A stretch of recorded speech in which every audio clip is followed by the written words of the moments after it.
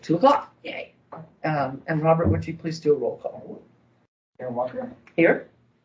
Member Sweet. Here. Member Hill. Here. Patil. Skolnick, absent. And are they absent without leave or what? I mean, Yeah, I haven't heard from any. Oh, that's unfortunate. Okay. So I'm Maybe they'll look at my. Maybe we'll come in late. And that's the committee, and then we have our liaisons, Vice Mayor Lewis. Here. And then Councilmember Whitmer. Right. Excellent. Thank you. So we do have a quorum, and are there any public comments? Do we have anyone on Zoom? I assume we don't. No. Okay. All right. So I think we can go on to our regular agenda items then. Great. First item of business is approving the minutes of our prior meeting on January 9th. They look good to me. Does anybody have any comments or questions on the minutes? Mm-hmm. If not, I would. I move that they be accepted. Thank you, Wally. Can I have a second? I'll second. Thank you, Tom. All in favor, please say aye. Aye. Any opposed? We all said aye, so we're good. That's unanimous. Thank you very much. And now to the main part of the meeting. Review, receive, and file report on the 2024-25 budget kickoff and overview that was presented to the City Council. And so I'm going to turn it over to you, Robert. Thank you, Chair Walker, and committee members and council liaisons, members of the public. Yes, before you is a staff providing the fiscal year 24-25 budget kickoff and overview that was presented to the City Council. Again, this was our first meeting of our budget cycle for fiscal year 24-25. And we'll kick off an overview, including a recap of the current fiscal year, preliminary budget assumptions, and 5-year forecast. Reviewed and discussed by the council during study session. I will go over a PowerPoint that was presented. Presenting to council, reviewed our 5-year forecast, cash flow for revenue and expenditure assumptions and major components of our operation. During the meeting, the City Council provided some comments on the forecast and the use of ERAF revenue for potential paying down unfunded liabilities. Recommended that the committee review in a future meeting or subcommittee the unfunded liabilities and see if it would be appropriate for additional payment towards these liabilities with the use of ERAF funding. So I'm going to go through the points. Again, here's a review during our 23-24 fiscal year projections. We budget our assumptions for our revenue 5-year forecast, our expenditures, and then going over the process in our county budget cycle. Staff mentioned that at mid-year we projected 25.2 million in revenues to 20.2 million in expenditures, with 6.75 million in that is transferred out. Majority of that 6.75 million is 5.9 million is allocated towards our capital projects and in our capital project fund, and then another 871,000 for our debt service on the COP loan for the town center project. So we're presenting a negative 1.74 million net deficit for the fiscal year. So the staff presented the fund balance and reserves, the 23-24 expenditures at 24.2 million. We projected ending year fund balance 11.9 million. We have two sets of reserves. We have a 15% emergency reserve and a 15% contingency reserve. And the total reserve requirement equals 6 million. And that leaves us with a general fund unallocated balance of 5.9 million. I want to point out that these reserves are basically Communicate. one time. Oh, good. Welcome. Come on in, sir. Thanks. A lot more space in the town council. That makes you appreciate it. Right? So next time we're in there. Sorry.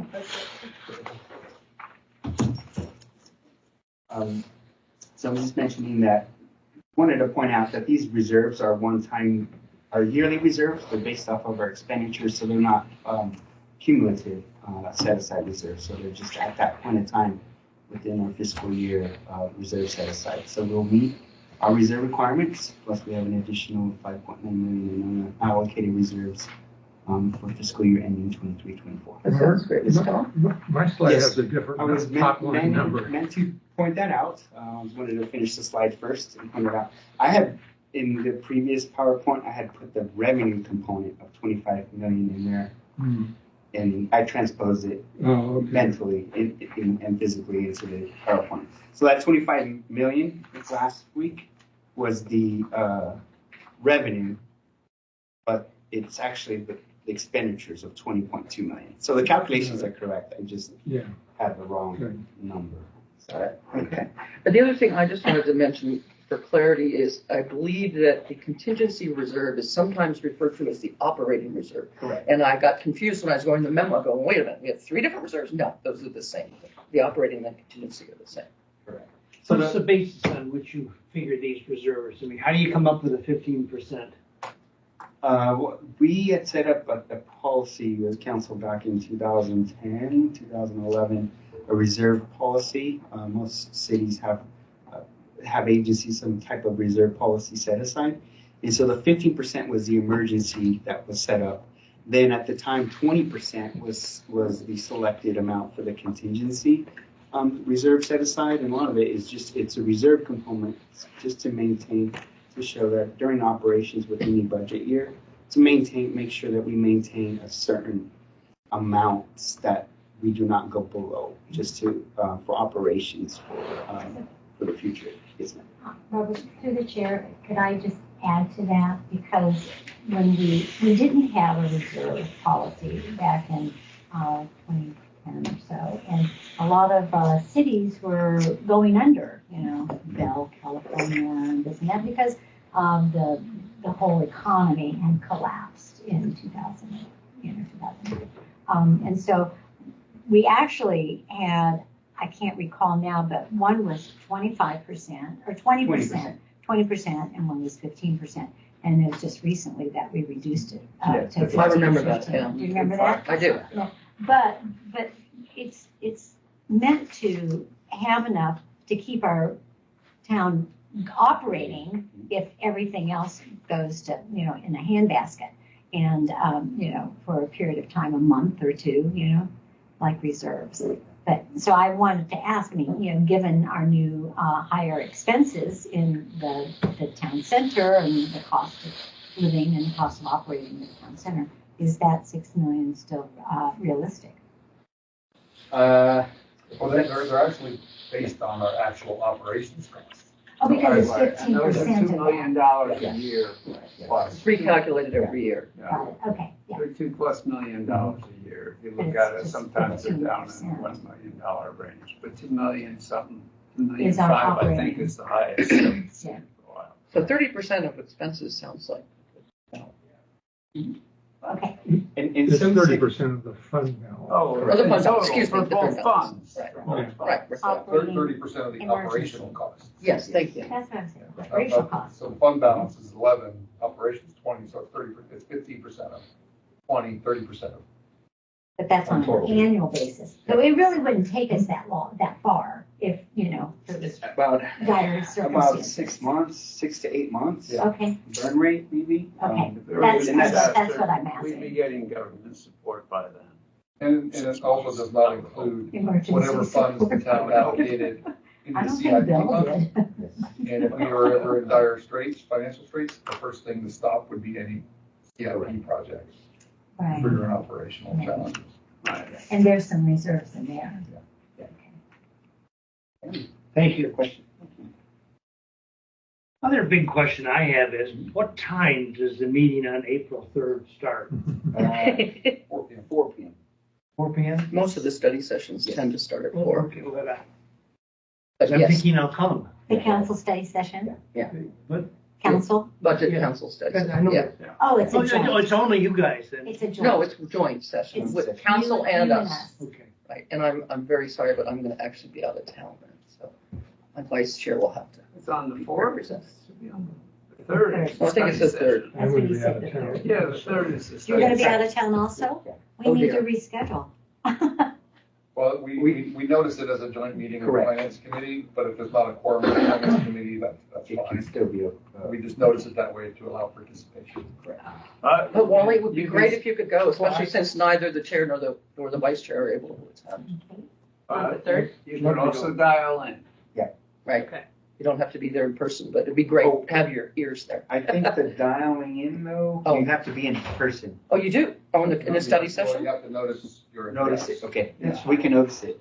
Just if you're gonna be home. And you gotta have your let us screen know. As on. far as I know, I could go. Gotta have your Okay. screen on, and you gotta, before they put the agenda out. you They, gotta- they need to know you're not a send me your heckler. location. I don't know if I trust him or not. I know. So then you're notifying all the people in the town that you're out of town. Yeah. And you're in Arizona. or I know. Oh. How stupid is that? And then you're burglarized. Exactly. So, wherever. And you say, oh, well, Don't how'd you stop find getting out started about on that house. Well, you know, I noticed the agenda for coming your Okay, way. back to you, Robert. oh, thank you. Good question, good question. So I just wanted to point out that our general fund major revenue sources that were communicated are still the three of property taxes.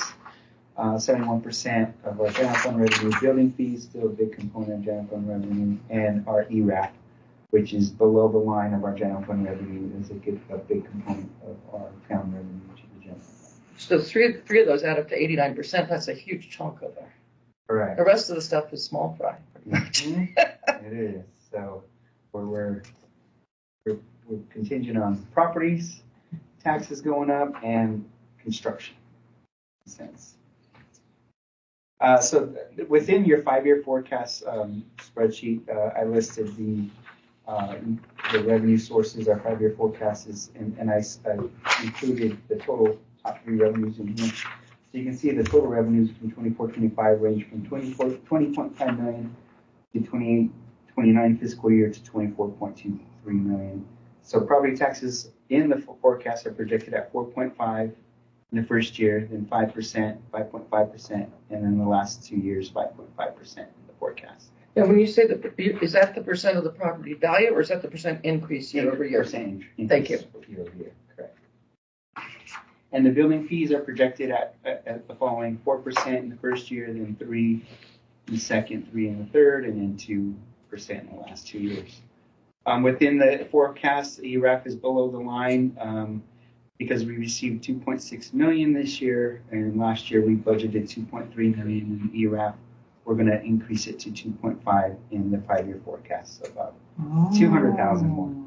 So a question. So we're projecting the property taxes to gradually go up from 4.5 to 5.5% over this 5-year period, but we're projecting the building piece to go down. I'm just curious if you know. Well, when the houses turn It's when they're over, finished. even though they don't do the construction right away, their property taxes go up. Right. Based on the price of the house. So you can not have any building, but have But your still. property taxes go No, up. I understand from that. where they were. I And understand so that.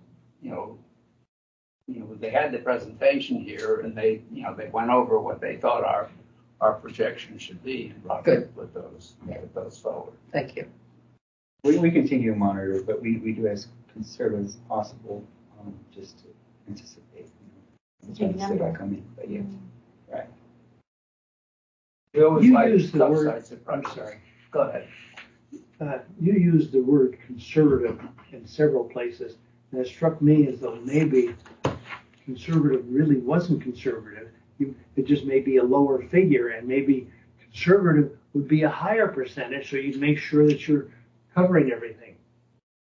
You understand what I'm saying? Correct. Robert has a habit of Pardon? he's conservative on the revenue and he is Liberal on the Expenses. on the expenditures. The expenditures are, well, they're not worst case, but he does a fair assessment. Right. I try to kind of mirror, the revenue. We understand the property taxes the last several years have just continued to go up, but in years that we've always projected between 4% and 5%.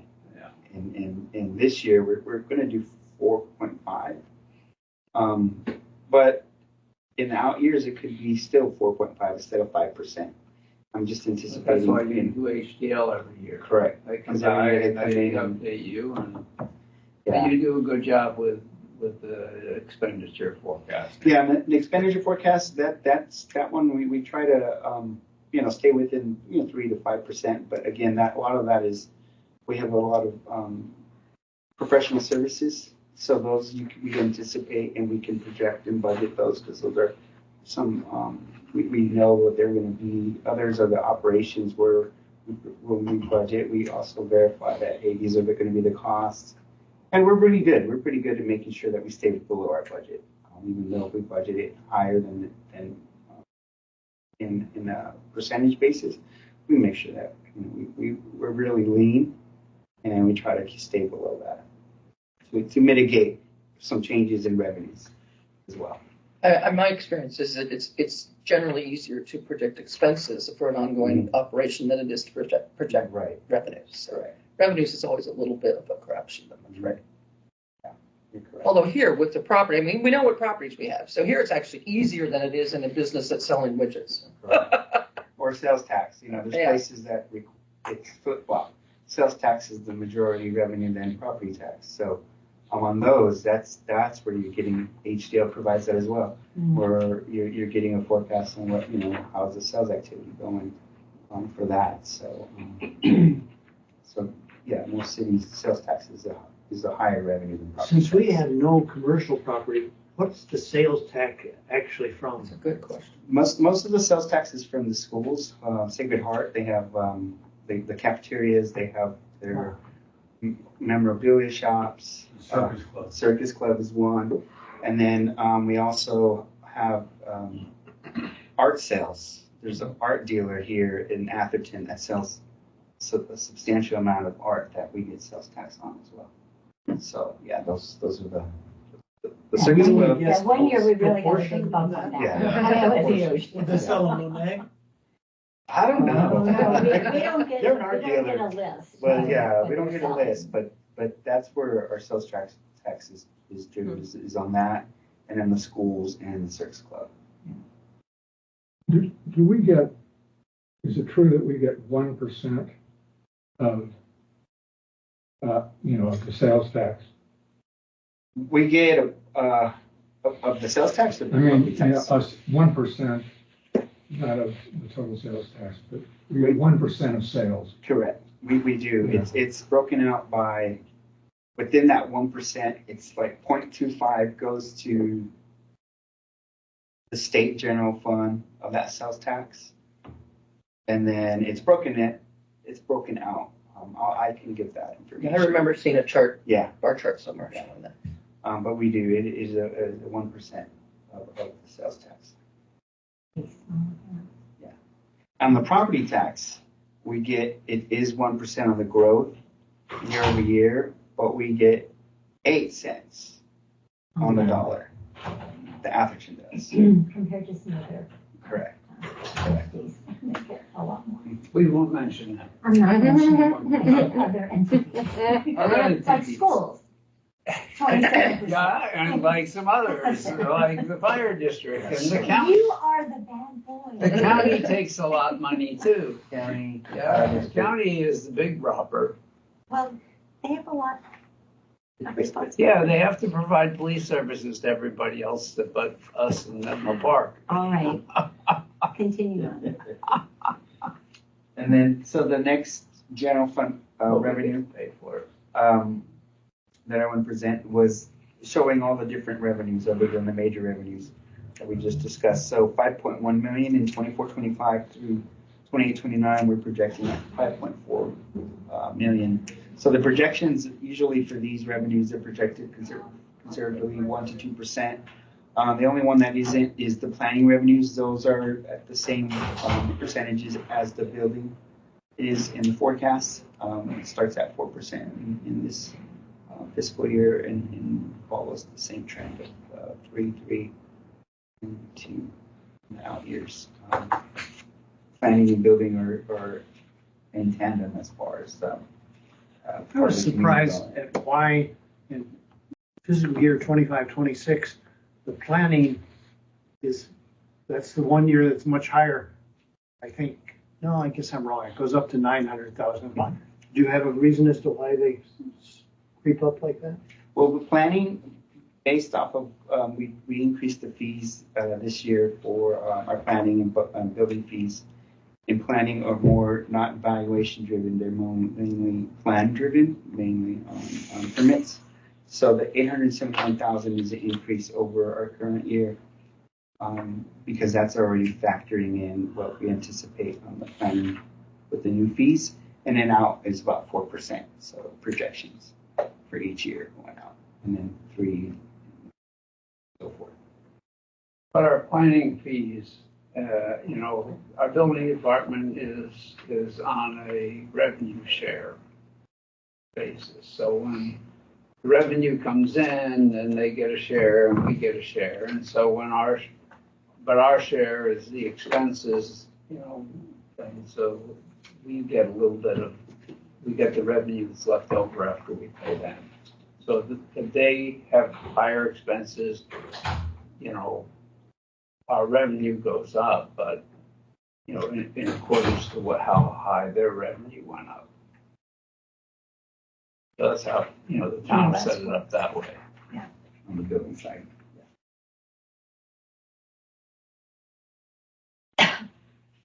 Okay, now that was the revenue component. We're gonna get into the expenditure component.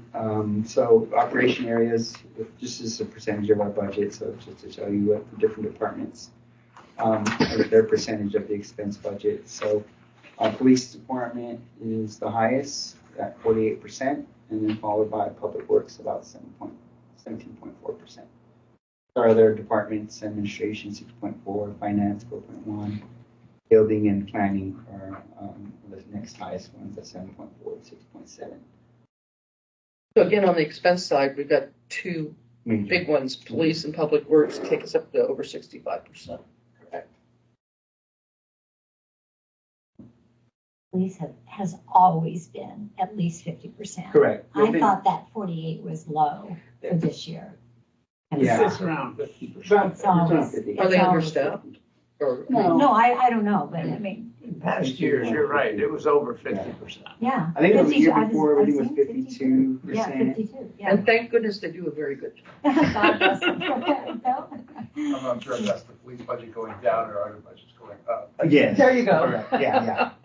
And I think it's in relation, it's probably police, if police is going down, then public works is going up, or planning. Planning, We've seen in definitely. planning since last year, Of the course. planning budget has gone up because we have a new planner, Mhm. new professional agreement with them.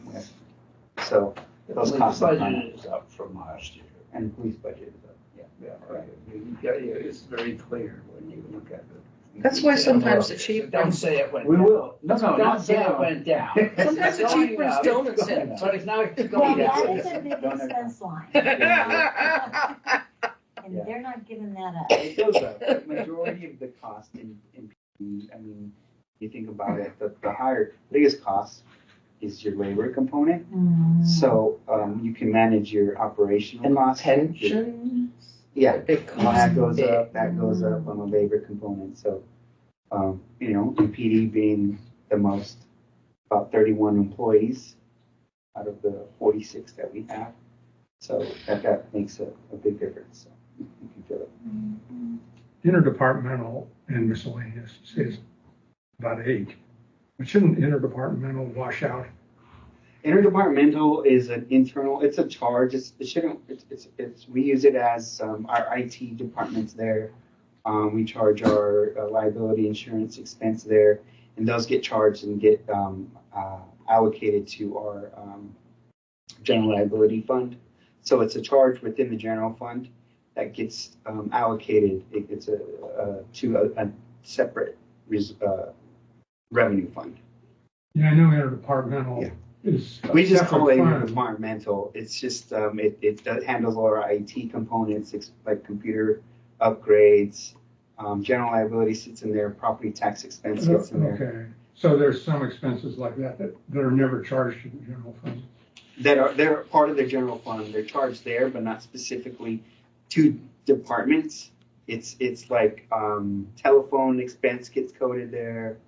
Postage. IT, postage for the mail that we do here. Insurance. Oh. Yeah. I mean, it kind of insurance. sounds like not- overhead or something like And so that. not reflected in, say, admin. Correct. Okay, I got it. It's not, It's not an internal service fund. Yeah, a lot of it would be like G&A. And of Yeah, course, like Exactly. general administration. Yes, that's what I was trying to, Okay. I was trying to come up with that term. except for it wouldn't have the cost of Georgia.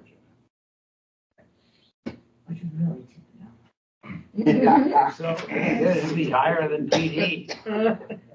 Oh, no. So major components of within our operation costs, I want to just point out that we have several professional service contracts here in the town, building contract, and IT services.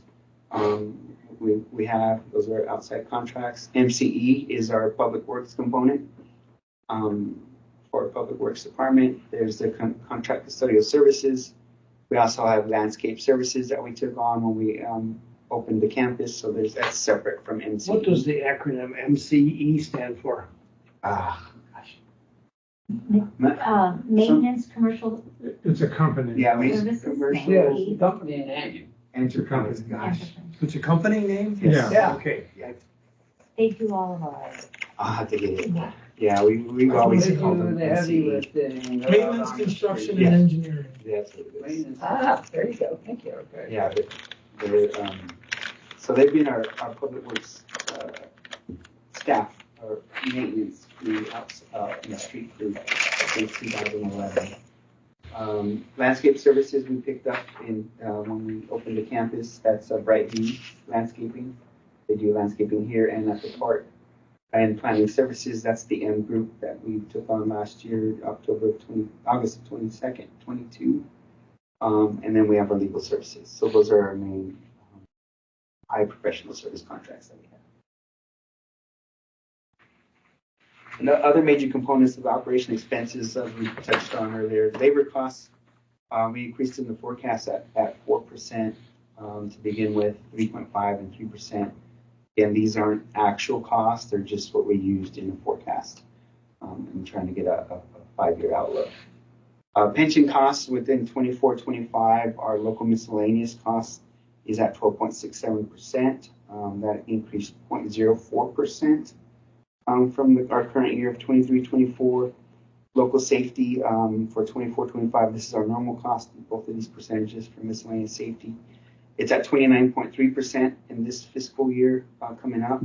Currently, it's at 0.06. It's an increase of 0.06. Is that really the police department, the local safety? Yes. Yeah. So that one increased 0.21%. That 29.3 is currently 29.09 in our current 23-24 fiscal year. Next year, it's going up 0.21% to 29.3. In our operational expense forecast, in the forecast we're at 4.5% in the first year, 4.5 in the second year, and then 3.5, and then 3% the last 2 years in the forecast. Our UAL for the 24-25 fiscal year, miscellaneous UAL is $536,000. Our public safety is $1,034,000. And that's an increase from about $230,000 over this year. We're at $1.26 million in our current year for our UAL. Is that a known number now? Yes, this 24-25 is a no number. And then the fiscal year when we made the $5 million payment in fiscal year 22. To CalPERS, it reduced our UAO by $356,000 in fiscal year 22-23 and $422,000 in 23-24 fiscal year. These were in the staff report that was presented under the expenditure side. And then within the forecast, we just showed the UAL payments, these from 24-25. So the 24-25 are the known amounts that we have in this coming fiscal year from 25-26 to 28-29. Those are just projected. Those change every year once we get the new set of actuarial reports. But currently, right now, it's for 25-26, it's estimated at 1.7 million, and then by 28-29, 2.2 million. Again, the UAL payments are invoiced at the beginning of each fiscal year, so we have till the end of July to pay those. Cities have the option to pay those monthly or pay them in a lump sum. We've always paid them in a lump sum. and we receive a discount on that. This year, we've saved about $42,000 in paying it up front rather than monthly. And believe it or not, some agencies do pay it monthly rather than lump sum. 23-24 UI payments, as I mentioned earlier. So what's that percentage? For what? The percent? The $40,000 that we get for That's like pay a in, point. it seems, normally It's like people 10, say, not like 10%. 210 next net 30, Yeah. okay, that's a 10%. Yeah, We're not it's getting not 10% even- back, no. Robert. No, it isn't. But We're You getting. can't make like- 10% on the 40, money. yeah, we can't. But 42,000 pays it covers a Your contract. dinners. Yeah, it covers, It covers the contract. it covers council dinners. Yeah. Right, And you also- keep paying lump sum. Yeah, if you've But got it. I want to see a $40,000 quality dinner.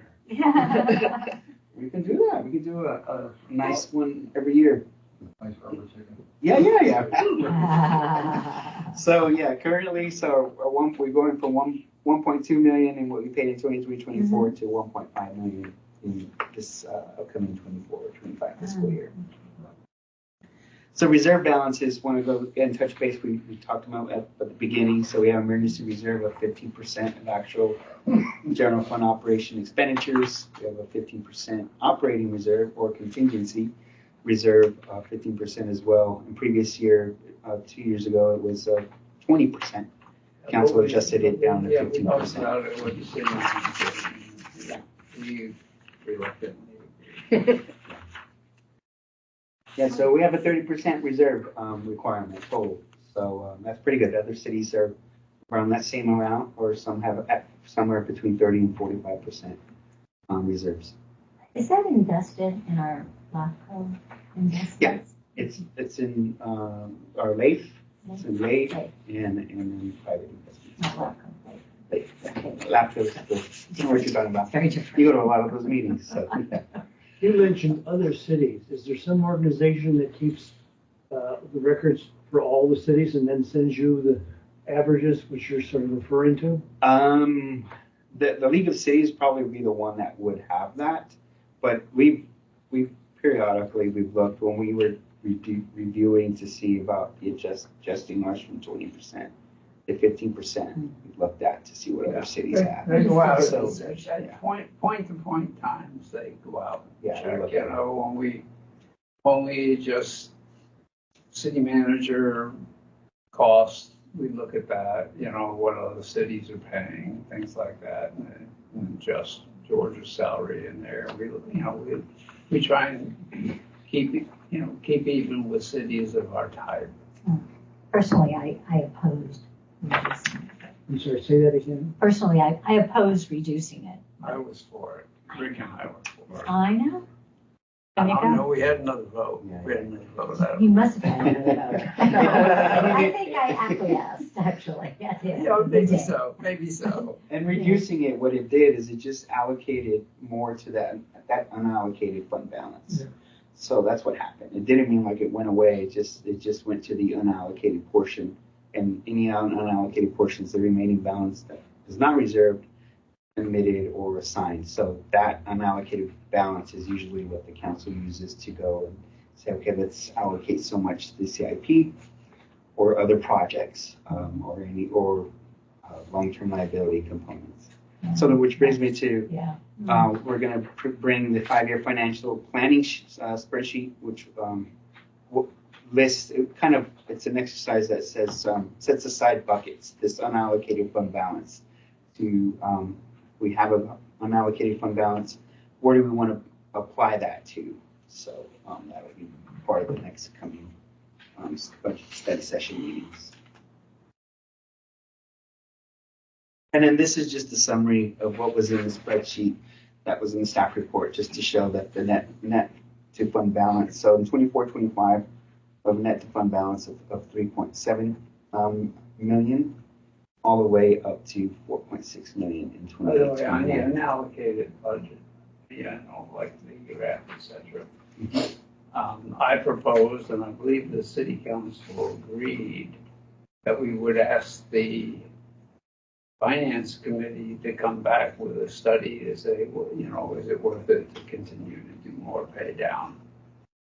And so, I don't know if you're gonna ask them to do that, but I kind of have right now. Oh, I had made a we note to did. talk about that or plan it for a future meeting, I guess. Well, we probably have to do. Yeah, I discussed it in the beginning in the staff report that was what came out of the comments Right. from the council meeting and that's one of them was to review to see if we want to apply ERAF. ERAF we received in fiscal year 23-24, we received 2.6 million.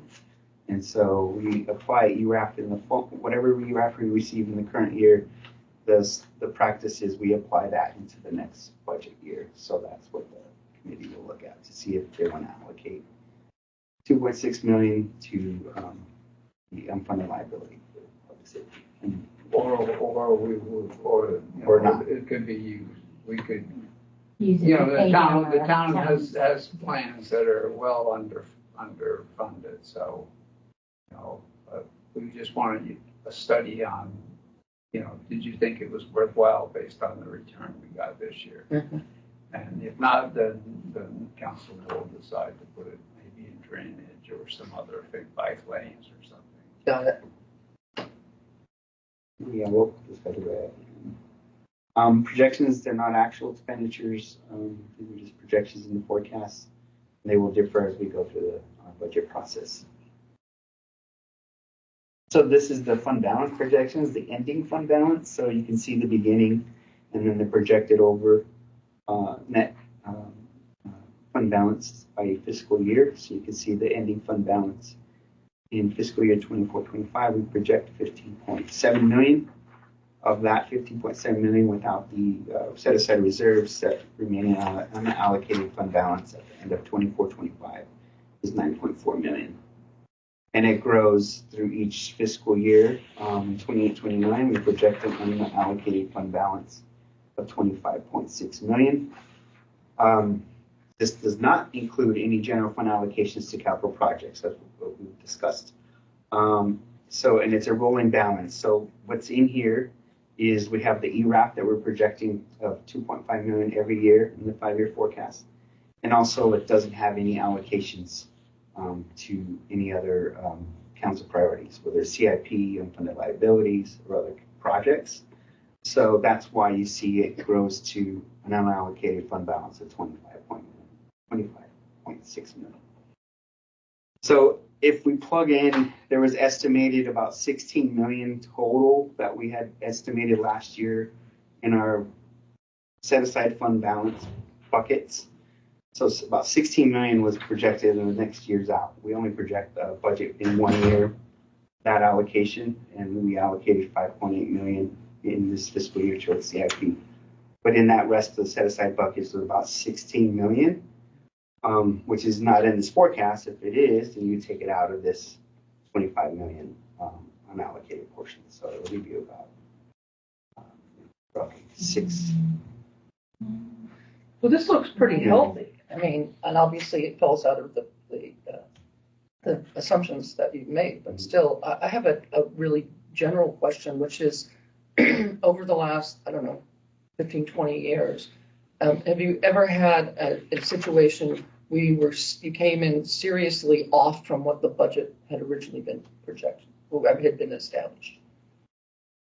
No, I think it's always been positive since I've been here. It's always been positive.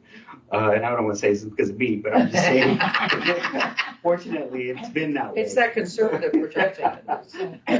Your modesty is showing. Well, he's been bullied. I'm going to say, you've been bullied by council to increase your projected amounts of things because you would early on would project low expenditure or revenue, and then it would come in and you'd look like, wow, I'm a magician. I'm really good at this, Earning money. Yeah. But don't you think that it's a little dicey to put the ERAF in there? Because at any moment in time, the state could take that away. I mean, That's why especially it qualifies in this. it. Yeah. Well, I know, but I just think that, having it in there, and there should be a little asterisk saying, you know, this would be. Yeah. I agree, and I think that we're gonna spend some of that on drainage and on other things, and so, but I brought that up at the meeting. Right. Well, People are I gonna think we look bring and it up say, every hey, meeting. $25 million, we're gonna go, wow, Yeah, you know? Yeah. So I think Bob Polito, when he was on the council, he brought up that last number and said, are you saying that we're really gonna have that much money? Well, you know what, the discussion of ERAF has been going on since 2012, 13, you know, with my counterparts. So like, ERAF's gonna go away. There's only 3 Texas ERAF counties in the state of California Yeah, but left. it hasn't gone away. And it hasn't, but but again, it's gone up. Getting more and more Right, creative greedy. of how to take it. Yeah, Right, but how to take Newsom's it. gonna be gone. but you know, when I started, it was 900,000. Correct, it was, And so to Yeah, I project, remember you know, we used to get 2.5, $1 million, Yeah. yeah, and that was great. and so it's Yeah. 16 years later, it's kind of gone up. Everything has doubled in that time. When you Yeah. said $10 million budget, Yeah. yeah, it's 20 plus. Right. But the ERAF, as of late, it has increased exponentially. One year, I want to say 14, 15, it went down from the previous year. And that's kind of brought the alert, like, oh my gosh, is this it? Because they were saying that it was gonna go away. Yeah. Its growth is a function of property tax. Correct. That's where it's being pulled from. So if property tax values go up, ERAF's gonna go up. But the state over the years has gotten very, very creative about how to attack ERAF. And their latest method is to pay us back with our own money. Now, we've got property tax in lieu that we get as part of our property tax revenue. The DLF. DLF, that's gonna go away, and the state's gotta backfill that. Well, they're gonna backfill it with our own ERAF money, which means our ERAF allocation goes down in order to keep our VLF. Yeah, but we're talking way 5-year out year, and we'll go ahead and adjust that Yeah. year. But right now, this is how things look as it is today. And who knows when that's gonna happen. The administration is going to change, so we'll see. We'll see if maybe somebody who might be more conservative comes in. I doubt it, but I heard you're running. I always have my fingers crossed. But I think that's why we made the decision several years ago. It's like, okay, let's move it below the line. Let's balance our budget, and then move that below the line, and that's an additional. And then we say, okay, we'll put that for one-time council priorities, unfunded liabilities, to CIP. And fortunately, we had it, and we used it for the town center. The staff report, we kind of wrote that we spent over 10 million of ERAF funding towards the town center project, which I think, other than, you know, we had reserves that we were accumulating over the years, the ERAF was a big component of that. Plus, we paid off the liabilities for the healthcare. Correct. And now we're drawing down on it, so that's a benefit to us as well. Yeah, we use ERAF to add for OPEB, we use ERAF for other CIP allocations, ERAF for workers' comp allocations. So we've been using it as, you know, knowing that eventually maybe this we will not have it. Sensibly. I think we've used it very reasonably and sensibly. That's what we're doing. Last year we allocated 5.8 million to CIP. This year we'll look at other opportunities. Yeah. And then this just is the process discussion calendar for upcoming budget study sessions. April 3rd study session is the general fund operations budget. May 1st study session is our CIP capital improvement budget. And then budget study session in June 5th brings them all together for another review, along with our special revenue and internal service funds, with the budget adoption by June 19th. And those first 3 are gonna be noticed as joint meetings of the city council and finance committee, but it's not absolutely necessary that everyone at the finance committee attend. We just notice it that way, just in case there's a quorum, you can participate. Robert, Yes. I wanted to echo what Bill said in the council meeting the other day, which is in the materials you developed to hand out for these meetings, it'd be really helpful if you include the current fiscal year estimates. Okay. And those And are the liability as well. the 17 million. Yes. People just need to see that. Yeah. Just so they know. Put it in the chart. Yeah, I wrote it in the staff report. Sorry, I didn't put it in the chart, but I will do that. Yeah. And I tried to put whatever's in the staff report. I try to put it in the chart, but then I don't want to have a 30 PowerPoint presentation. Just add No, one more it's not chart. that you don't want to do it, it's that we don't want you to do it. Well, That's you're right. the most vocal about it. So that I was, don't mind his I chart. like to get into the numbers, I do like to get into the numbers, I'll tell you that. right? Yes, So you is, do. a question, Robert, is this the appropriate time to start a discussion of the committee looking into the possible use of ERA to pay down some unfunded accrued I liability? don't think it's on your agenda, it's just. Well, no, I put it in there as recommended that the committee review in the Well, future. it was in the materials, it's Yeah. not on the agenda. Right. Yeah. So do we just, do we set, what we could do, I think, is I would love to appoint a subcommittee or call it what you, a task force, I don't care. I don't want to be too official, but I mean, I would love if Bob Polito would help us with this because you are like the guru in all things pension and UAL, and I know you've already probably looked at it. I'd like to be. But I personally would love it if you and Tom, if you are willing to take it on, to come back with a report to us at our next meeting. Does that make sense? Not the next meeting for me, Okay. just because it's less than a month and we'll be here at the next. No, meeting. No, the next committee meeting, 2 months. It's in 2 months. The May. Oh, May yes, meeting. Okay. The May, sorry. Yeah, I've got it in my phone. What do you think, Bob? Well, it's fine with me, but, you know, every number we have changes when we get the June, CalPERS statement. I mean, all the out year UAL contributions change, the next meeting.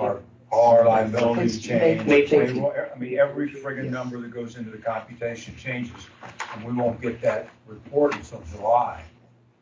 So I would think it would be better to try and shoot for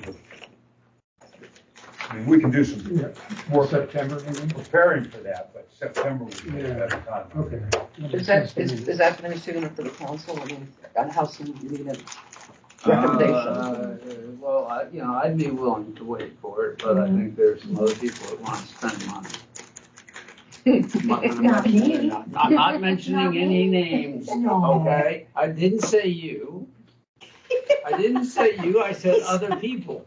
I think there are some other people, definitely.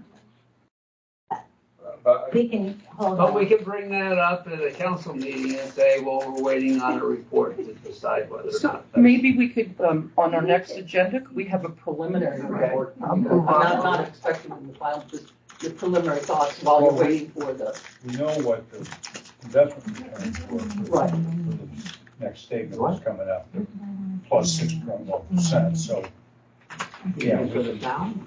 You can come back with it, yeah, but just to kind of the educate us. big changes to Streets, the, drainage, Oh. based on predicting the big Oh, changes. little Bike things lanes. like that. bike lanes. For the year ending June 30th to 24, How was your water? because all It the was gains okay. in the market They said were in the spare, last I don't quarter of know.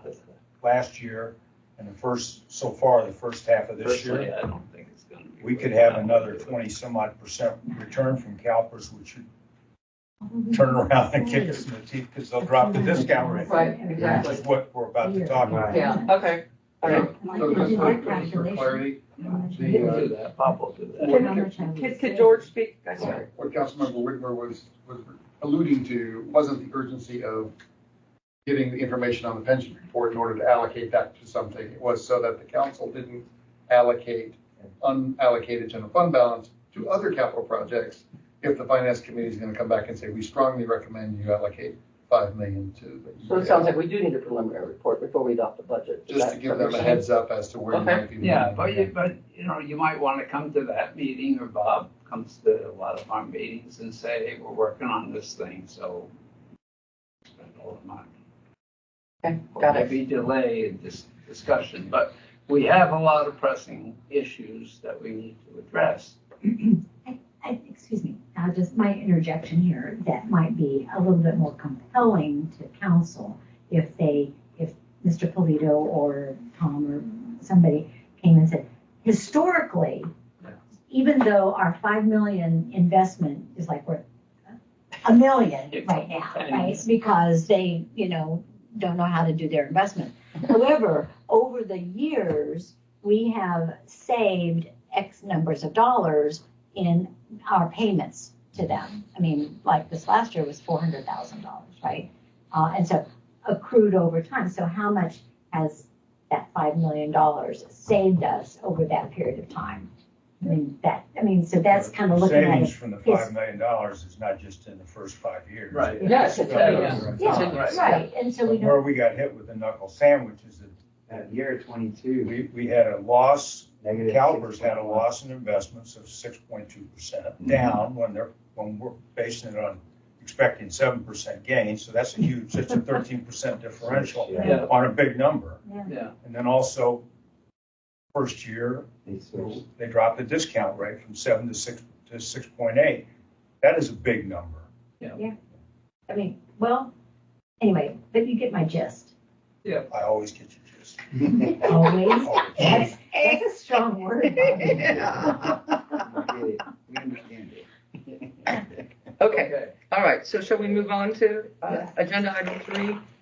This is receive, review, and file information reporting on the CalPERS February 24 stakeholder engagement briefing relating to their funding risk mitigation policy report, which we had in our materials. Correct. So again, I turn it over to Robert to tell us what we should be thinking about here. Yeah, thank you, Chair Walker. This is, staff is providing the February 15th, 2015 CalPERS Finance and Administration Committee item, and this was a review of the funding risk mitigation policy, and this was a review of the report. Otherwise known as no good deed. Correct. Yes. Correct. And in the Finance and Administration Committee, it's seeking direction from the committee to keep whether to keep the policy with no changes, revise the policy, revoke the policy. The FRMP, which is the Funding Risk Mitigation Policy, that's the acronym. The policy strategy was to support the pension sustainability of the pension, by strengthening it during long-term, having some long-term sustainability of the fund. So this policy was adopted in 2015. We've discussed it over the years as the different changes that CalPERS has done over the years, whether it's the asset allocation distribution, whether changing the discount rate over the years, whether when they started collecting the UAL payment in 2016 as a lump sum rather than a rate within your payroll. So we discussed these things. So all these things happened all at once, started to happen. And so it was kind of this funding rate, this policy hadn't been enacted until 2020-21, when we had the 21.3. It hadn't been triggered. It was in place, but it hadn't been triggered. Hadn't been triggered. So staff just wanted to bring this to the committee's attention, just for some understanding on what the CalPERS is doing, and how this policy was enacted, and what it aims to do. So in the report, there was some history, purpose of the policy, along with conditions for triggering it, the timing of the implementation of the policy, and the impact of the policy. So I'm going to go through, this is in your staff report in the packet, of what the Finance Administration Committee presented at their meeting. The CalPERS finance. The CalPERS Yeah. finance, yeah. So So when do they actually, disclose? I know they have it at times, what they're investing in. They can put on it from the people that are paying, because here's a great idea. Why don't they pay for all this affordable housing that the state continue to want? And then they could recoup the money over the time period that they're paying the pensions out. Yeah. So how about that? That's above our You should pay run grade. for governor. Good question. So the police unions are gonna say, you're gonna pay for affordable housing with my pension? Yeah, Yeah, because they don't live in them. But I don't qualify to live in, you know. yeah, exactly, right? So, yeah, it's a good question. And they do, the investment side of the CalPERS. They said they were They starting do. to invest in real estate. I just was giving it, maybe push it a little bit Right. when you talk to the chief investment guy. I know, right? That's the things that I'm trying to accomplish is get them to, they're heavily wanted people, to talk to, is the investment people. So I'm trying to get them to, do a presentation or maybe gather some information from them, to give the committee more insight on what's going on as far as their asset allocation, what they're doing with the investments. So still working on that. I'm hopeful that hopefully maybe even not the May, maybe July meeting or soon before we make a decision on what we want to do with the funding towards this the unallocated liability, unfunded liability. So working forward to getting that going. So the history, again, I mentioned it was adopted in 2015. It was temporarily suspended while the discount rate phase in, that starting to phase to 7% over the years of 2017 to 2020. What it does is it lowers excess investment return. They lowered it from 4% to 2% in 2017. Initially, when the policy was adopted in 2015, 4% was the threshold for the reduction, the minimum reduction. So it was first triggered this fiscal year in 2021, June 30th, 2021. Policy was triggered.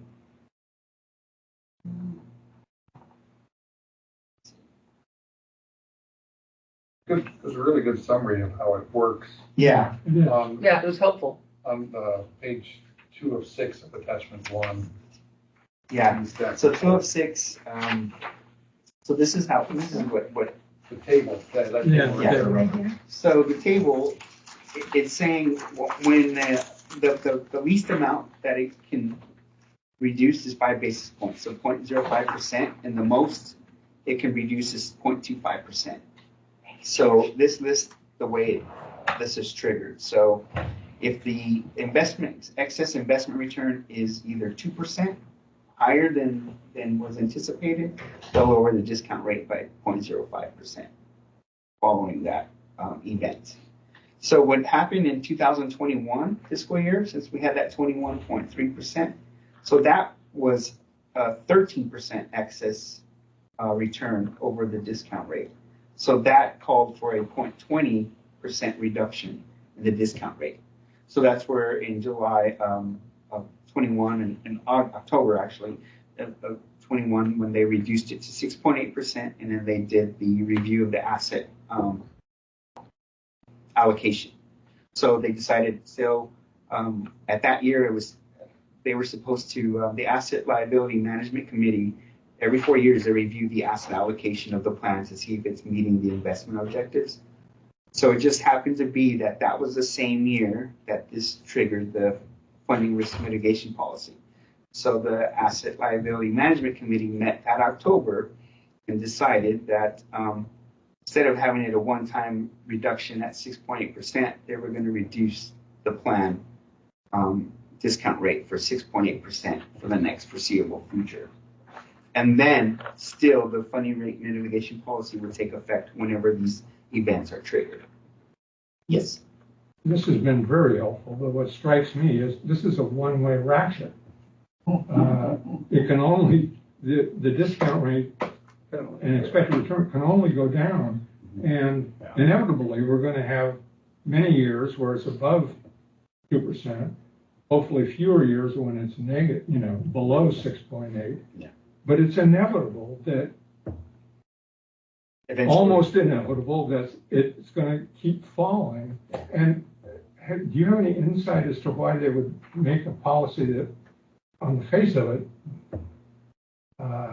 seems to violate common sense? The only thing I can think of is they sort of realized that they've had too risky an assets They want to reduce volatility over the long run, Mhm. and this is how they're doing it. Well, twofold. One, before they were reducing the discount rates to 7%, it was at 7.25%. And before that, in 2010, I think it was 7.5%. So it's been reduced gradually over the last 14 years. But at that time, they were reviewing also the asset allocation mix to make sure that they meet that discount, right? So they were investing in more, investments to meet the rate of return. Then they started doing this. Then they created this policy because they realized, one, now they're starting to collect the UAL as a form of a dollar amount rather than a percentage amount. So they created this policy to smooth out the changes in the investments. So they created this policy to navigate the good years and the bad years. Now, the policy objective is basically to keep the volatility of good returns, and then bad returns, to keep that happening. So they put that in there for the fact that to navigate the volatility. But what it means is in the short term, when this happens, your rates go up, and then you ride the volatility, and then in the long term, they smooth out. They don't go up as much. Yeah, but the only way to reduce long-term volatility is to reduce expected return. That's the basic trade-off. Yeah. And so they're reducing expected return, and also every time that this happens, it's going to increase the unfunded liability just by the nature of discounting. Mm-hmm. Well, it is because of the discount rate. But when they do that, then if they do it for the long term, then they're gonna adjust how they allocate and invest that money, which they did in 21. Yeah. And so they'll continue to do that. They'll continue to monitor that and do that. I think eventually, I don't know. The goal is if the floor is going to be 6%, if that's the floor that they're getting to, or 6.5%. I know that over the years, 7% was that target, and they got to that over time. From 2017 to 2020, there was a incremental reduction to 7%. They didn't want to do it all at once, but they knew what it was going to do to the costs. They put out a list like a corporation, or even a mutual fund, do they put out a list of what they're investing in? Yes. I haven't seen it. I'd love to see it. I'm sorry, What their investments are in, and what its performance has been. Yes. So do you think at some point that this essentially is a temporary thing, that they will rescind when they think things are in whack again? Correct. I think that's what that is. My understanding is they can't keep this policy. There has to be a floor, right? There has to be a floor because you can't say because it's a one-way street. And I think the floor is 6% when you think about it, because with our OPEB, our investment return on OPEB is 6% that we build into it. That's what we've always factored into that actuary. It was 6%. I think with hers, the floor is 6%. I just don't know how fast they're gonna get there. Yeah. I think over time, the plan over time, and I've included some staff reports. I think the 21-22 was the only time in the last 20 years that it had a negative return to 6.1. Well, they hired a guy a couple of years ago. I've met him. He came from one of the big investment companies, and he seems really good. He came and spoke to us at the League of Cities, and I talked to him privately. He seems right on. He seems to be the right guy, taking over and trying to lead that. He felt very confident with where he was going. So. Yeah. Thank you. Vice Mayor Lewis provided me with the investment returns, and I've written them throughout some staff reports that we provided on the investment returns. So 22-23 was 5.8% was the initial. They finalized it at 6.2% investment return. 21-22 was a negative 6.1. Before that, 2021 was a positive Yeah, 21.3%. but they invest in large swaths. Yeah. And I'd like to know what those individual swaths are. Oh, is that them? And Okay. then 1920, Oh, okay. it was 4.7%. Remember, 1920 was the pandemic. Mhm. So they finished the year with a positive 4.7%. 1819 was a positive 6.7%. Mhm. 1718 positive Which is 8.6%. all over the Yeah. board. So the lowest All over one, the board. 1516, the lowest investment return, other than the negative one, in 1516 they had 0.6% return. 0.6, 0.6. not even 1%. Over 30 years, their returns have annualized have been total 7.7%. Yeah. But I had read that they were focusing more on real estate. I have to check that. Yeah, I had read an article that said that they were focusing a lot on real estate. Well, that's so- speculative, in my opinion, at this I'm point. just telling you, so I think that they're reactive, but they're reactive too late. Right. When things are on fire. And I think that's where we got here. So from the last several years, the way they started the process of just the pension, making sure it's sustainable and all, in everything going forward, the funding status, they've implemented a lot of these changes. Yeah. And I think the discount rate, it was something that they've always focused on in lowering it, and they have. Yeah. We're now at 6.8%. Now, if the investment return matches that, and at the end of this fiscal year, hey, we met it, right? Or it can be double, it can be higher. But I think that there is going to be a floor to this policy. It could be one that they create where they get They suspended. set the floor in policy statement C. They can't reduce the discount rate to a level Below the 8. the volatility Volatility. measurement can't fall below 8. Yeah. The volatility, Yeah. I can't tell you how they calculate it. Well, that's what I was wondering. I'd It's underline on that. and go, How do you? It's on page 3 of 6 of Okay. attachment 1 Yeah. on the funding risk mitigation policy. Letter So I C. brought it up here on the computer. Oh, So yeah, it's letter C. The discount rate expected investment return shall not be reduced to the point where the estimated investment return volatility drops below 8%.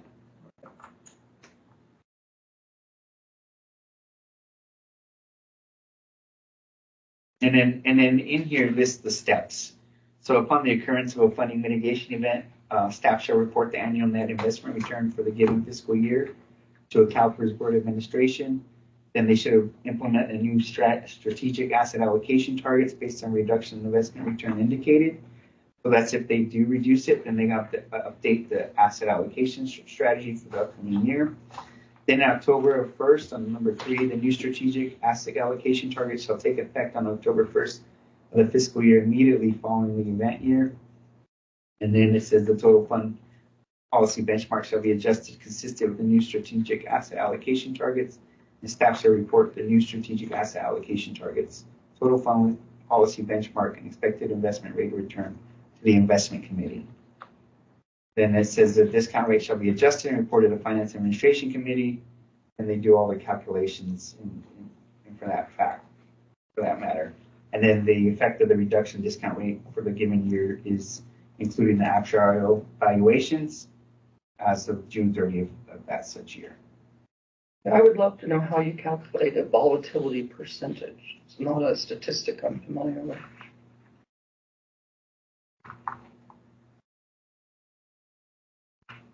Yeah. Should Google it. Yeah, there you go. Yeah. There's a volatility index on all the different. Yeah, and the reward yeah. systems out there, but I think it looks at how the stocks have performed over a period of time, up and down, and it gives a percentage based on a baseline. And how long that time period is, I'm not sure, but there is, if you're on like Google or Yahoo Finance or something like that, you can get a volatility index on every stock. So. It's different for So everyone. yes, I wanted to present this to the committee because there's the funding risk mitigation policy, which explains what they've gone through the last couple of years and how it was in effect. Two, that the Finance and Administration Committee's reviewing it. They're going to present it to the board eventually in a couple of meetings, whether they keep it. The committee's going to say yes, keep it or not, and then the board will adopt it, whether they keep the policy going. But the purpose, again, of the policy is it's for risk in the fund to maintain employer contributions so they're not fluctuating so much like normal costs aren't going up so much year over year. Maintain the volatility, temper it, the discount rate, overall goal of system sustainability, and then again, the purpose is to also help manage the asset allocation on the plan. So it may, and question is, how does the policy attempt to mitigate pension funding risk? So one, it lowers the discount rate, as we've seen in good years, investment returns, and in turn, it lowers the investment volatility over time. And then it provides predictability towards employer contributions. Yeah. I'm sure I should know this answer to this question. What percentage do the employees put into their retirement fund themselves out of their own pay? So the miscellaneous employees put in 8% of their own. Of their own? Correct. And police put in 12% of their own on the employee side. The employer portion is the one that I communicated earlier.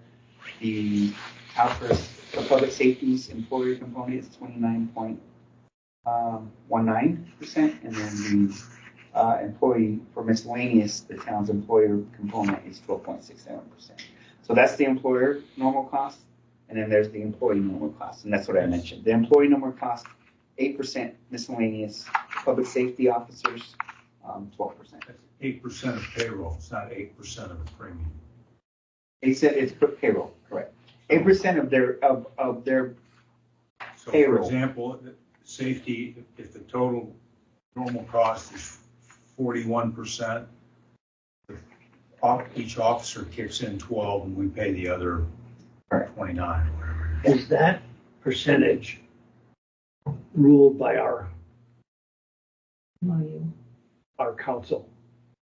No. No, it's The required. CalPERS percentage, that's the required normal cost.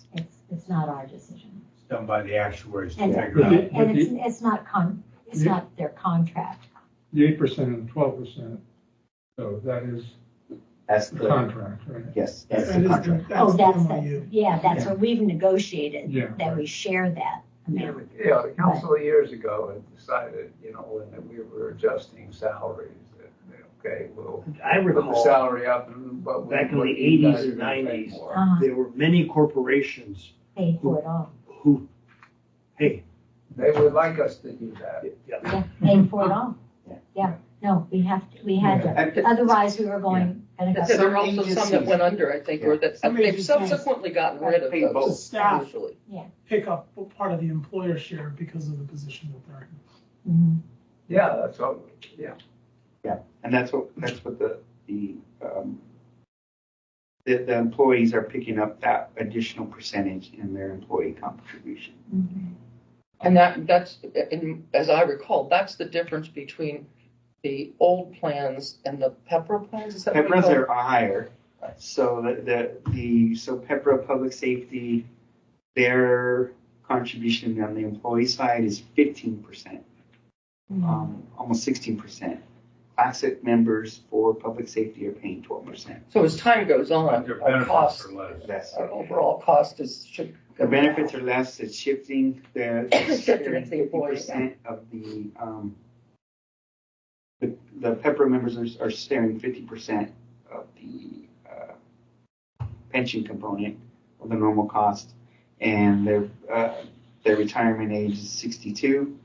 The benefits lower. Opposed to 50. Right. and It's 50 in getting- public and safety. Getting lifetime medical. Yeah. For them and their families. Yeah, lifetime medical's been eliminated, so Yeah. for employees, so they only get the minimum component. Anyone that starts here, but PEPRA members, anyone that's PEPRA members, we're getting that shift in our employment here that there's more PEPRA members than classic members. More Pepper members currently employed or? Yeah, Because, I mean, currently employed. yeah, because all the people who are out there who've already left, Yeah, they're they in the retired classic. expense, yeah, They're Yeah. expensed and then, well. nothing we can do about that. Well, they attend the funeral. Yeah.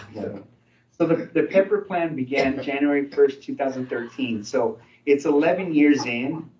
And so now you're starting to see more people, more Pepper people. Employees are more on the Pepper side than the classics.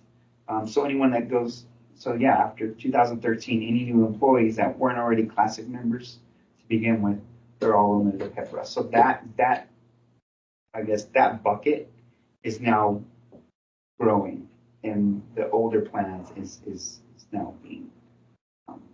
And that was when the state passed the law. Yeah, the state passed the law. People joining. It wasn't the cities, it was the states. Municipal and state, that they changed how much they accrued for their pension, and they changed the retirement date to try and, because there were so many people who were talking about, you'd have to shut down the whole state for 2 years. So that means all the taxes would go to the state, and all of it would be spent to pay off the pensions, and you would get no service, no fire, no police, no parks, no nothing. And so finally, they did something in Sacramento. Now we're now at that point where the new plan is kicking in. So so within the year, it just shows you how the risk mitigation policy works. We discussed it. If it returns outperform discount rate by at least 2%, then the policy triggers. It lessens the impact of possible future market downturn and stabilizes the fund. It lowers the discount rate, and it raises the normal cost on the employer side. In the short term, in the long term, it smooths it out. So this is just again how the policy is triggered.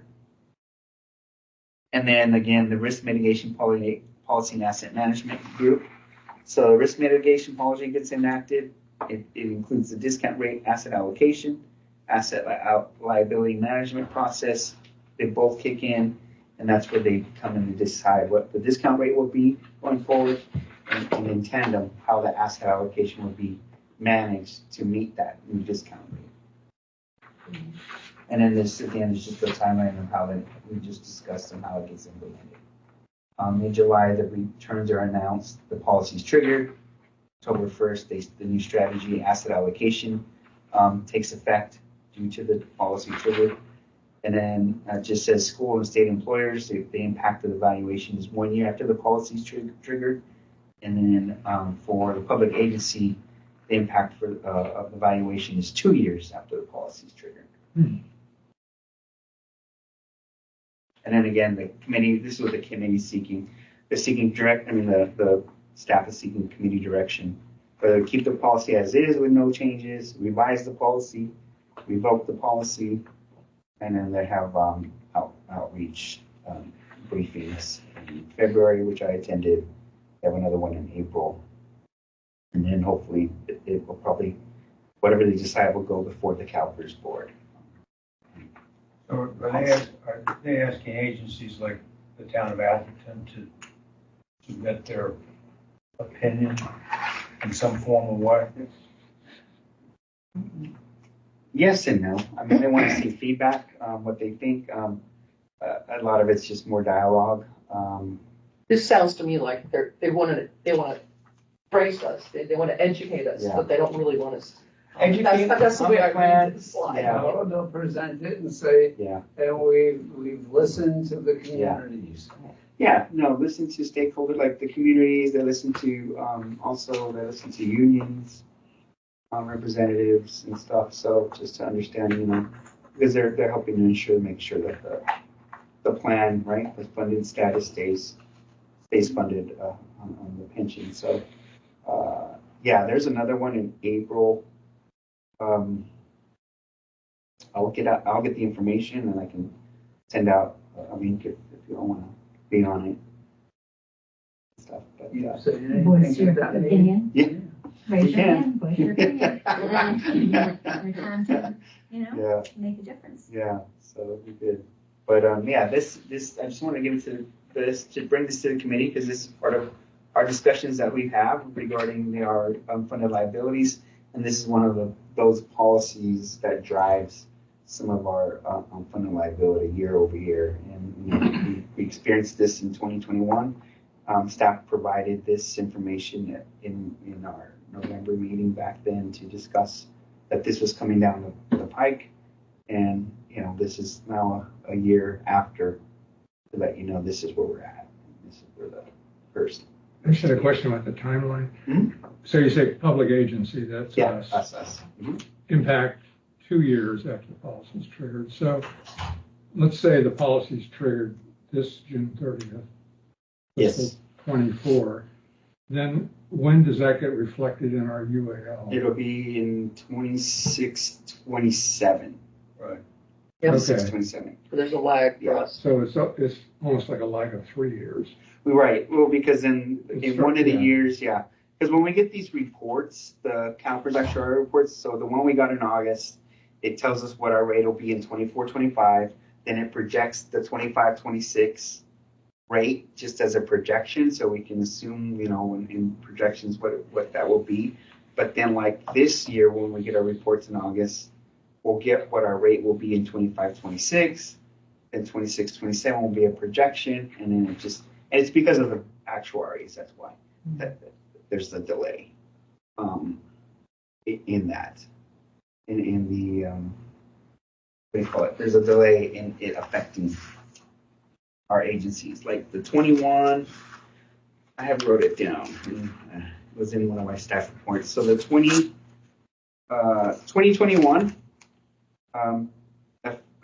investment return of 21.3 was in our 23-24 contribution rates. 21-22 of negative 6.1 was reflective in our 24-25 rates, and so forth. So 22-23 will be in 25-26 rates. 23-24 will be in the 26-27 rates. Yeah. Thank you, Robert. I mean, getting all this information is really helpful in understanding. It's like, I don't like it, but at least I think maybe I understand what they're trying to do. I can't understand why any agency would be in favor of this policy. Because when you drop that discount rate, it doesn't just affect your normal cost, it affects your UAL also. Mm-hmm. Yeah. So you're that much more upside down. Yeah. And given the fact that there's no concrete evidence that they can't achieve a number like that, given the fact that over 30 years they're at 7.7, Yeah. Doesn't make sense to me. I understand Tom's point. You can trade off investment volatility by putting everything in treasuries. Yeah. But your expected return is obviously limited. Right. It's almost like they're trying to give their investment committee a free pass Exactly. at our expense. Yes. So are you going to say that at the meeting? Yes. I'm going to say, well, my biggest concern is like, one, the normal cost gets adjusted, but it doesn't get adjusted as much. What is hampering agencies is the UAL. That changes, right? That's a real value number. The normal cost is a percentage of payroll, no matter how many people you have employed. That's what we contribute as a percentage of payroll on the normal cost. But the But the UAL, percentage of payroll will go up right? if the discount rate goes down. They're going to increase it. They're going to increase the NCL, yeah. Right. But not as much as before. Before they were collecting the UAL, the NCL was going high because they're plugging in the UAL in that component. I haven't studied those kind of. So that's what they were doing. That's why they changed it, because there was no way they were going to tackle the unfunded liability through the normal cost, because the liability was going up and down and it's increasing. So what are you going to do? You're going to charge an agency 80% on your payroll to pay the UAL. So my biggest concern is the UAL component. Is that's something we can manage, and that's what we did with the $5 million ADP, right? It's just the timing. You know, if we would have done it the year before when we had a 21.3 investment return, wow, Mhm. that'd been different. Yeah. But we just did it in a time where it was the first negative investment return in over 30 years Yeah. that it happened. And so, and it's the first time that the policy was Then triggered. they from use that 21. as a baseline to say, see what can happen. And Yeah. so now we need to do this. But, Yeah. So are you voting yes or no for it? No, I'm voting no on. Well, the policy's only been triggered once since they've had it. It's gonna get triggered Once. again this year. Yeah. I don't know. Barring a 21%. meltdown, look at where all the games have been. They were in the second half of Yeah. last calendar year and the first half of this calendar year. Yeah. It's gonna be a big number. Yeah. Let's see what happens in May. But yeah, I like it to be. I'm gonna step out. Okay. We've got Steve Brickley on. I tried to message him to see if he wanted to make a comment. He hasn't responded. Okay. So. Yeah, Thank you for writing all the Yeah, snacks today. yeah. Just hit anyone. What's the little Thank you. icon next to his guest? Yeah, It means Is that that a his hand? microphone is There's muted. microphone. Oh, it's me. Yeah. He should be able to hear us. You know, but think about all the other cities in California that are So I'll come over in much worse later this week. situation We than don't we have are. to do it They will never, ever, ever dig themselves out Yeah. of that big hole. I So, think, yeah. you know, I don't know what CalPERS thinks they're gonna do, because Well, they're trying to maintain the funded status of the plan. They're doing a terrible job. Yeah. Well, so when I think all that- these retired yeah. people start collecting, yeah. right, is the money run out? Nobody, they don't have enough. Yeah. Well, we're at least doing something. Right. And, I've talked to the superintendent over at the schools. They're not doing anything. Yeah. I say, well, how much do you put in your budget and stuff like that? We put in whatever the government tells us we need to pay, that's what we pay. Yeah. It's like, well, They are. you are just putting in the minimum, absolute That's not minimum. Yeah. gonna do And it. then you're gonna come and say, oh, we need to have another bond measure, Yeah. blah, blah, blah. Right, well, No, Because we spent our money on X, Y, Z and instead of doing proper budgeting. Yeah. And other communities are similar. No, like, I think Palo Alto, I mean, they're like in the 60. hundreds of millions. yeah. Of underfunded. I was gonna say 69. but Yeah. 109. Yeah. Look at San Jose, Yeah. these really Too. big cities are Right. just eating it. Yeah. And they're they're doing some, not all that you mentioned, but some are doing something. I mean, whether setting money aside, putting it in, like we have OPEB, we set money aside and then let that build. Yep. And then say, okay, we get up to a point where we have so much and then we apply it, or maybe incrementally could be enough, every so many years, okay, we have 6 million now, let's contribute 2 million, or, and keep building that up. I mean, there's options, but I think, the UAL and handling it and understanding it, I mean, we review it all the time to see where they're at, to see, based off how we judge in returns, to see what the plan is at. So something that we always look at,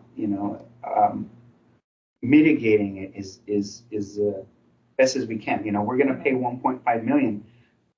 5 years ago, we would have been paying 1.5 million. No, I agree. about Without that. the changes in the I- discount rate, without the market of the investment return on the plan. So that's helped us as well. You got the number down. We made a good decision, even though it didn't turn out to be as good as we hoped it would. Right, right. And first up, when I was reading the pack, I thought, maybe we should take the EGRAF and put it into the pension fund. Yeah. And then I thought about it, reading further and say, well, yeah, but look at what the return was, And I said, well, there's no way. But that's why I said I would appreciate it if the finance committee would look into that and come back with their recommendation, because maybe, I'm just looking at it cursory, going through the, 100-page, 300-page pack or whatever the heck it was. Oh, okay. Yeah, that was the last time, The not last this one, one. okay, I'm, Not- They're all 300 feet. Yeah. And not to hamper anything, but in 2008, when the recession hit, you know, at that time, CalPERS lost like 200 million. Yeah, I know. 200 million. And look at what's in there now. Market value of assets, 464 million, right? So they're recapturing what they lost. They still have to recapture that. It was a rebound. Yeah. And there has been a rebound. But again, Now it seems like to me there's a leveling off. yeah, there is. But I think the discount rate, we all knew the discount rate was going to go down several years ago. They just did it. It's just getting there. And it took time to get there. Right. And then now they're below 7%. And I think there's going to be a floor. But then I think that can be managed. That investment return within the 6%, 6.5, I think can be managed year to year. Yeah, but some of the rates are going to go down further, I think, because of potential of administration passing more and more corporate taxes. Okay. Proposed by certain people running for office, right? Not to get into politics. Chair, I want to close the meeting. So we have, the only other, any further discussion or questions on the CalPERS funding risk mitigation policy? And thank you very much, Robert. So the only other item on our agenda is future committee meeting topics, and I made notes about two. One is that Tom and Bob are going to come back to us after they've done some thinking about should we or should we not use some ERAF to pay down the UAL. And so we'll have a preliminary discussion, I guess, at May, but thinking, I want us to be able to make an intelligent recommendation to the council before they approve the final budget. I think that's the timing you're thinking of. I keep calling you mayor. I still think of you mayor. Bill, it's fine. It's only been 3 months. Okay. So we can at least give the council our thinking, but Well, as Bob when it says, we comes won't up- have the real answer till we get the next one. When we look at the budget next time and we're looking at CIP, Elizabeth and I remind them that you guys are coming back with something. Okay. And, you know, we'll go from there. We'll see what the majority says. We're just 2 votes and, you know, whether we're, you know, agree with it or not. Okay. But there is a big push on drainage. There is a big push on bike lanes. There's a couple of key things that we need to get done.